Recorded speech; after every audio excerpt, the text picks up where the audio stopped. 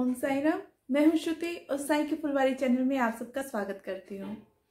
जैसे कि हम आपके लिए हमेशा ही नए से नया टॉपिक लाने की कोशिश करते हैं, तो इस बार भी एक बहुत ही इंटरेस्टिंग विषय लेकर हाजिर हुई हूं आपके सामने, जो है बाबा का घोड़ा। बाबा के घोड़े के बारे में आपने सच्चरित्र में पढ़ा होगा कि बाबा के घोड़े का नाम श्याम सुंदर था। उसमें इससे ज्यादा कुछ और नहीं दिया गया है, और लेकिन बहुत से जो भक्त हैं वो जानने की इच्छा रखते होंगे कि बाबा तो फकीरी करते थे, बाबा फकीर थे, तो ये फिर बाबा घोड़ा क्यों रखते थे। तो आज मैं आपको बताना चाहूंगी कि जैसे राधा कृष्ण माई है, जो वो हमेशा बाबा को राजाओं महाराजाओं की तरह देखना चाहती थी, तो ऐसे ही जब भी चावड़ी का समारोह होता था तो वो चाहती थी कि कुछ बाबा का जो समारोह है वो भी इसी तरह से हो। तो वो इस तरह से पूरा अरेंजमेंट कर लेती थी, चाहे उनके पास ऐसा कुछ भी नहीं था जिससे वो ये सब कर पाए, लेकिन वो जो बाबा के जो भक्त थे उन्हें कह के या कैसे भी करा के वो बाबा के लिए ये सब अरेंजमेंट्स करती थी।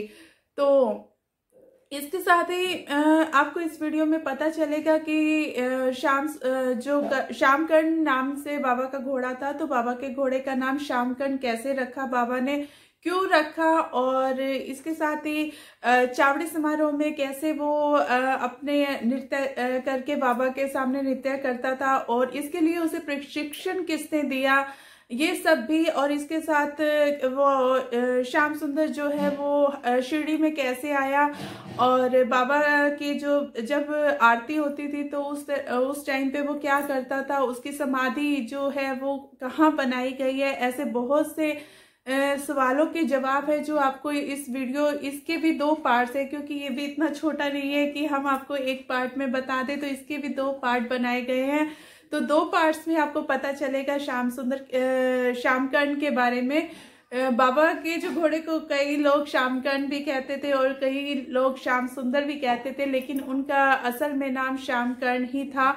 और इसके साथ ही आपको ऐसे बहुत से विषयों की जानकारी इस वीडियो के जरिए दी जाएगी, और इस विषय की जानकारी जो है आपको साई की फुलवारी के बहुत सी सुंदर जो फूल है, सुनंदा जी हैं, सुमिता जी जिनसे आप गीता के अनमोल वचन साई की फुलवारी चैनल पे सुनते हैं, और सुनंदा जी से जिनसे आपने श्री साई सतवन मंजरी के कंप्लीट अर्थ जाना है, वही आज आपको श्यामकर्ण के बारे में भी बताने जा रही हैं। तो चलिए आगे चलते हैं वीडियो की और जानते हैं बाबा के घोड़े श्यामकर्ण के बारे में।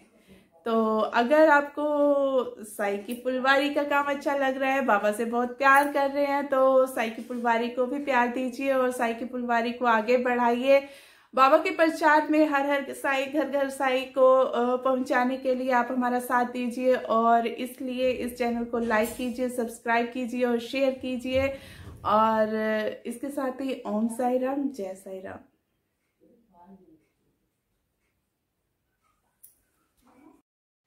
सभी साई भक्तों को ओम साई राम। आज हम एक बहुत ही अच्छा सा विषय उसके बारे में बात करेंगे, जो है कि बाबा का प्यारा दुलारा घोड़ा श्यामकर्ण। कासिम एक व्यापारी था जो घोड़ों का व्यापार करता था। वह बहुत दुखी था क्योंकि उसकी घोड़ी जो थी उसके पास अब तक उसका कोई बच्चा नहीं हुआ था।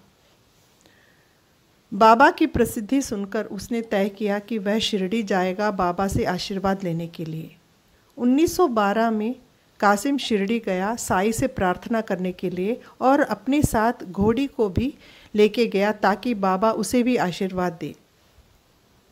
बाबा ने उस घोड़ी के माथे पर उदी लगाई और पानी में उदी मिलाकर पीने को भी दिया। उस वक्त कासिम ने मन ही मन में एक वादा किया था अपने आप से और बाबा से कि अगर उसकी घोड़ी के बच्चे होंगे तो पहला बच्चा वह बाबा को देगा। कासिम घोड़ों का व्यापारी था और इस कारण उसके पास घोड़े होना बहुत ही अनिवार्य था, और अगर उसकी घोड़ी के बच्चे नहीं होंगे तो उसका जो व्यापार था वो टूट जाएगा। यह सोच के वो बहुत दुखी था, इसलिए इस घोड़ी के बच्चे होना उसके लिए बहुत ही ज़रूरी था। बाबा की कृपा से उस घोड़ी के कई बच्चे हुए। वचन के मुताबिक कासिम ने पहले उस घोड़े का जो पहला बच्चा था उसे वो शिरडी लेके गया और साईं को भेंट दिया। बाबा ने उस छोटी सी घोड़े का नाम श्यामकर्ण रखा, क्योंकि उस घोड़े के जो कान थे वो काले थे, उसके शरीर का जो रंग था वो भूरा था। संस्कृत में श्याम का मतलब है काला, कर्ण का मतलब है कान, इसलिए काले कानों वाला, इसलिए उसका नाम श्यामकर्ण बाबा ने रखा। कई भक्त उस घोड़े को श्याम सुंदर के नाम से भी पुकारते हैं। अब आइए हम देखते हैं कि साईं जानवरों के प्रति कितना प्रेम दिखाते थे।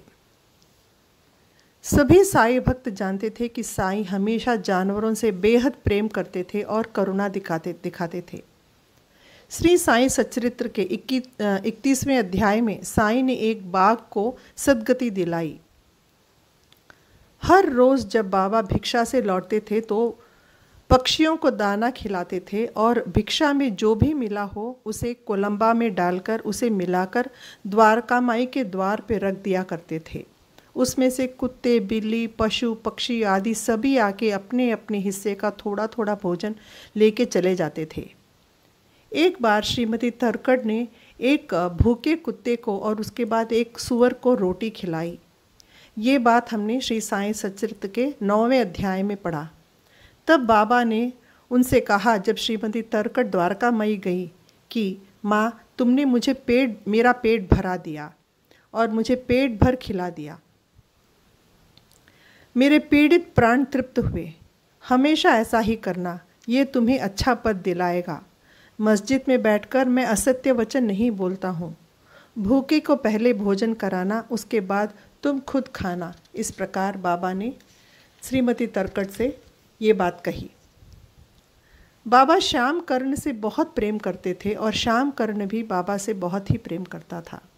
बाबा और श्यामकर्ण का बीच का जो रिश्ता था, वो जो ऋणानुबंध था, बहुत ही गहरा था। हर आरती के बाद श्यामकर्ण खुशी से नाचता और झूमता था। आरती के बाद वही सबसे पहले बाबा के सामने खड़ जाता था और माथा टेकता था। वो क्या करता था, आगे के जो उसके 2 पैर होते हैं ना, उन दोनों पैरों को उठाकर अपने माथे को द्वारका माई के उस फर्श को छूता था, मानो साईं को प्रणाम कर रहा हो। बाबा भी सबसे पहले उसके माथे पर ही उदी लगाते थे और उसके बाद ही भक्तों में उदी का वितरण करते थे। जब बाबा की पूजा होती थी तब श्यामकर्ण खुशी से नाचता था, मानो प्रपंच के ईश्वर की आरती हो रही हो। इससे हमें बाबा और श्यामकर्ण के बीच का जो गहरा संबंध है वही मालूम होता है। श्यामकर्ण बाबा से और बाबा श्यामकर्ण से इतना परस्पर प्रेम करते थे, इसे दिखाने के लिए जब 1945 में श्यामकर्ण मर गया तब उसकी समाधि लेंडी बाग में ही बनाई गई। इससे यह प्रतीक होता है कि मानव हो या जानवर, बाबा के लिए सब एक थे और एक घोड़े के सच्चे प्रेम के कारण श्यामकर्ण की समाधि लेंडी बाग में बनाई गई। श्यामकर्ण के बारे में और भी बहुत ही दिलचस्पी बातें हैं जो हम कल देखेंगे। उनके प्रशिक्षक कौन थे और उन्होंने श्यामकर्ण से क्या क्या करवाया शिरडी में, ये बातें हम कल देखेंगे। ओम साई राम, जय साई राम।